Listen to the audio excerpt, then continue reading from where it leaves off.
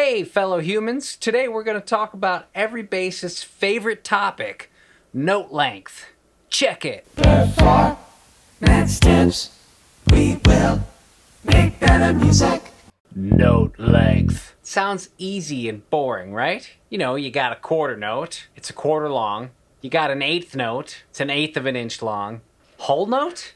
More like whole pie. I jest. If you aren't hip to notes and their length and you're interested in learning about that type of music theory, check out my favorite learning video on that topic in the description below. There are fantastic YouTuber music theory educators out there. And that's not why we're here today, though. This is a performance tip. Let me give you the DIY street version of music theory, okay? Let's first start with a click in 4/4 time. This is a quarter note. This is an eighth note. This is a half note. Okay, but is a quarter note really always played to its full value? Heck no! No! No! Of course not! Take it from me, a person who has played on Broadway, and I'm not saying that as I've played on Broadway. I have the skills to read music in a professional manner. Music notation is a much simplified version of reality. Its main purpose is to communicate to the performing musicians what to play in general, not in specificity. I've said this once, I'll say it 1,000 times. Music is not a written art form. It may sound like I'm going on a tangent because I am. That's the whole point of this video. But really, I just want to get you to focus on your note length in the context of a groove. So let's go through 3 grooves and tweak the note length in each and see how it affects the groove. All right, number 1, continuous eighth note. It doesn't really matter what genre of music you play in. Most genres of music have some nice continuous eighth note grooves, especially in between the bass and drums. So let's kind of like do a little bit of a rock thing. I'm going to show you what I mean, note length. These are eighth notes.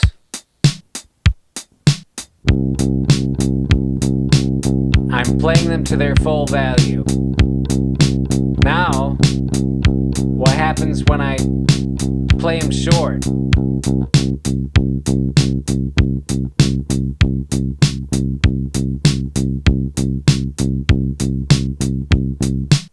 Let's play them even shorter.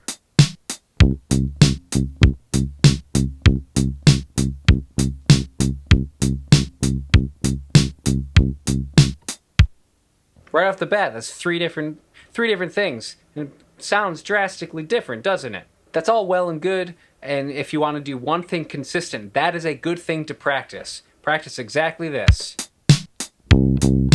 Ooh. And throughout this whole video, I'm going to say, I'm trying really hard to not accent notes. I'm not going to be going, I'm trying hard not to do that. It might come out here accidentally because, that's all about feel. But we're talking about note length today. So, what happens if you choose 2 of those? The really long and the really short. Let's do long, short, long, short.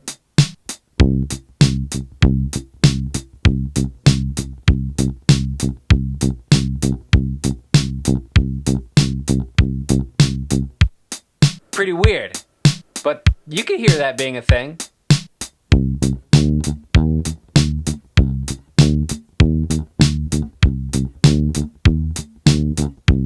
It's hard not to accent, it really is.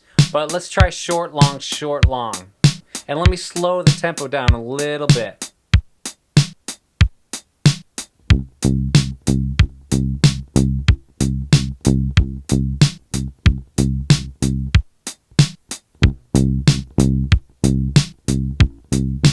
Now let's hear how this affects like a simple bass line, because we've been focused on just one note. Once you get the one note down, let's try to do a simple bass line, but then we'll talk through some note changes while I'm playing with the drum machine here. All right? So this is going to be all long eighth notes.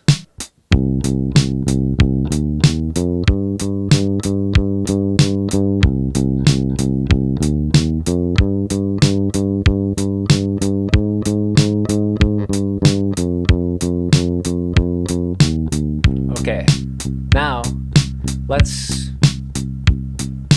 do them short. Again.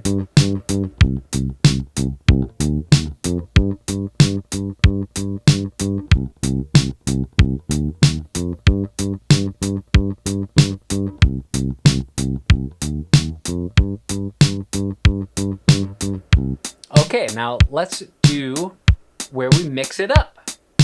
This could be good for in a band context. You know, you could really affect the mood of the groove just by mixing up short eighth notes and long eighth notes. 1, 2, here we go.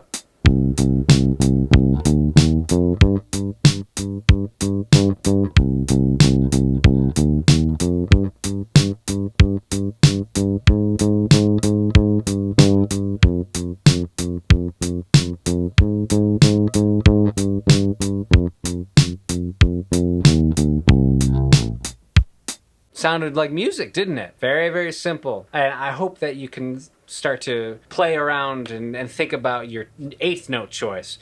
I said I was going to do 3 different grooves, so number 2, medium funky-ish. Funk is all about the 1. Give me that 1. Just listen to the first note of my phrase, and I'll be changing the note length of just that one note, the downbeat, and hear how that affects the groove, okay? See how it makes you feel. Just one note's note length. If that ain't exploring limitations, I don't know what is.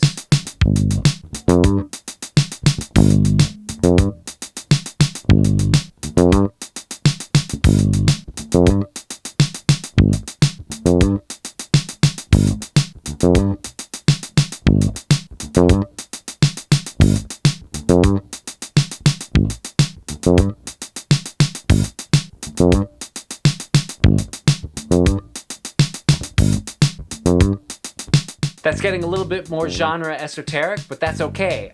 Just thinking of note length, I'm emphasizing this, especially to you bass players, but this applies to every musician on the bandstand. Moving on to the next one, we are going to slow down.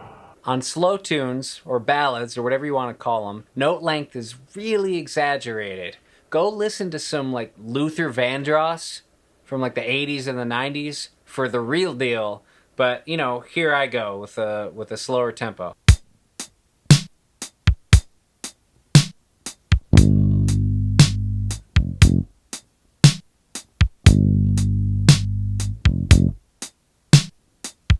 Longer.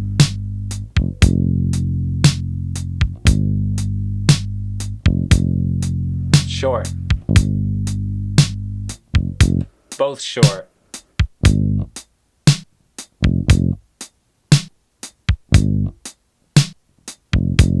First short, second long.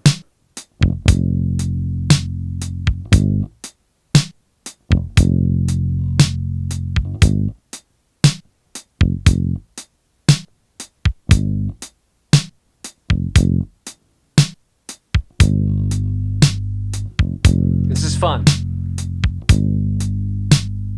I love playing ballads. I love playing in a band where you and the drummer just lock in. Again, really pay attention. Which notes you're giving their full value, which ones you're shortening up. All these principles applied. I just played them over 3 different grooves. I didn't have to go into super detail in each one. But there you have it. Note length. What do you think? Leave your comments below. I recently did a gig for the first time in front of a live audience since before the pandemic, which shut everything down here in New York City.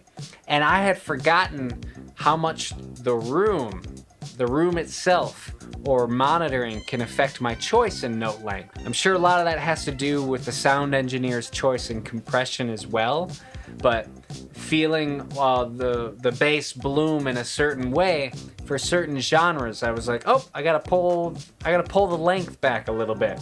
Especially that we were doing some kind of medium Dolly Parton country tunes. If any of you are still here and you're still watching, I know that you really, really care deeply about the details of music. I talk a lot on this channel about exploring limitations, and we often are doing that with our gear, which I think is very, very important too, or very fun.